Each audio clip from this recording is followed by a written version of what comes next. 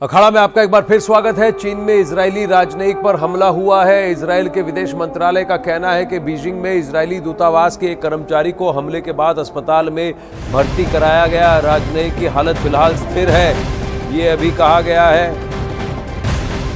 और वहीं पर हमास की ओर से और भी आतंकी हमलों की आशंका जताई गई है। आज के दिन, शुक्रवार के दिन, नमाज के बाद हर जगह, कई जगह पर प्रदर्शन तो हो ही रहे हैं दुनिया में अलग अलग जगह, लेकिन हमास की तरफ से ताबड़तोड़ आतंकी हमले हो सकते हैं, ये भी आशंका जताई जा रही है फिलहाल। लेकिन ये बताया जा रहा है कि इस राजनयिक को चीन में, बीजिंग में चाकू से बार बार उस पर आक्रमण किया गया है, उसको घात लगाकर उस पर अटैक किया गया है और फिलहाल अस्पताल में वो भर्ती है, राजनयिक इजरायली मूल का, जिसको कि अभी उसकी हालत स्थिर बताई जा रही।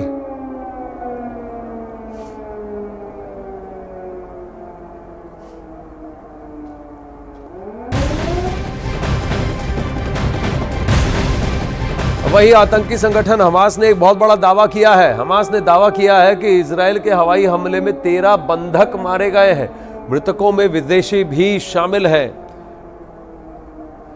तो हमास की तरफ से ये कहना, हमास कयास ये लगाए जा रहे थे कि 250 से 300 बंधक हमास बनाकर ले गया है जब वो इजरायल के दक्षिणी भाग में घुसा और वहां पर उसने नरसंहार किया और उसके साथ ही कई सारे लोगों को बंधक बनाकर अपने साथ लेकर गया। इसमें विदेशी मूल के, गैर इजरायली मूल के कई सारे ऐसे लोग मौजूद हैं। अब हमास का कहना है कि इजरायल की एयर स्ट्राइक्स की वजह से करीब 13 बंधक फिलहाल मारे जा चुके हैं।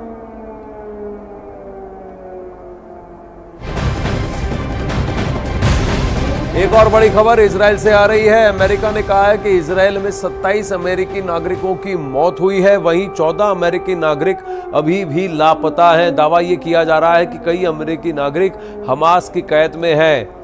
एक तरफ हमास ये कहता है कि इजरायल की एयर स्ट्राइक्स में 13 विदेशी बंधक मारे गए हैं, 13 बंधक मारे गए हैं। क्या इसमें अमेरिकी मूल के भी नागरिक हैं, ये देखने वाली बात होगी।